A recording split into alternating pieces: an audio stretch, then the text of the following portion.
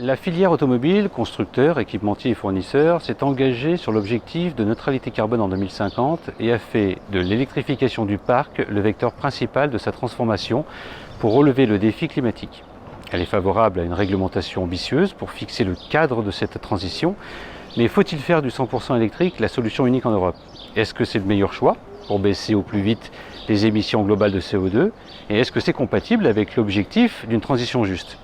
La réglementation doit laisser ouvert le plus possible le champ de l'innovation et s'appuyer sur une approche globale d'analyse de cycle de vie et non se focaliser uniquement sur les émissions de CO2 à l'usage, comme c'est le cas aujourd'hui. Cela peut conduire à des absurdités en termes d'émissions de CO2 lorsque l'électricité utilisée pour fabriquer le véhicule, et notamment la batterie, et le faire rouler, est fortement carbonée, comme c'est le cas en Pologne et dans une moindre mesure en Allemagne. Pour certains usages, l'hybride ou l'hybride rechargeable paraît le plus pertinent en termes d'empreinte CO2 que le 100% électrique grâce à une batterie beaucoup plus modeste et d'autant plus s'il utilise des carburants bas carbone.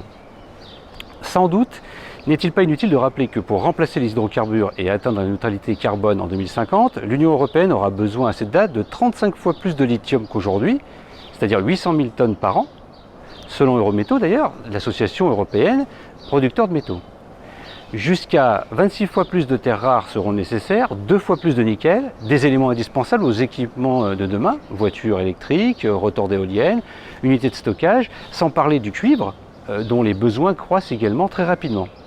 Le choix dicté par la réglementation conduit à un renchérissement sans précédent du coût d'un véhicule.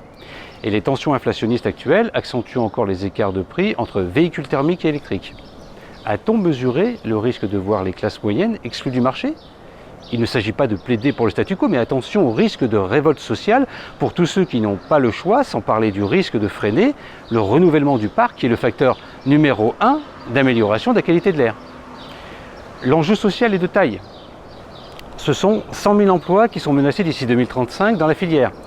Pour rendre cette transition acceptable, il est indispensable de réussir à créer massivement et rapidement des emplois dans les nouvelles chaînes de valeur de la batterie, de l'hydrogène, de l'électronique ou encore du logiciel, clé d'une mobilité plus propre, partagée, connectée et mieux intégrée dans nos territoires. Pour cela, il nous faudra augmenter le bonus écologique jusqu'à 12 000 € d'aide à l'achat ou à la location d'une voiture ou d'une camionnette électrique ou hybride rechargeable, augmenter la prime à la conversion jusqu'à 10 000 € d'aide à l'achat d'un véhicule neuf ou d'occasion en échange de la mise au rebut d'un ancien véhicule, développer l'éco-chèque mobilité, l'aide à l'achat d'une voiture électrique ou hybride rechargeable d'occasion, développer l'industrie du rétrofit et augmenter la prime au rétrofit électrique, une aide d'un montant minimum de 10 000 € à la transformation d'un moteur thermique en moteur électrique.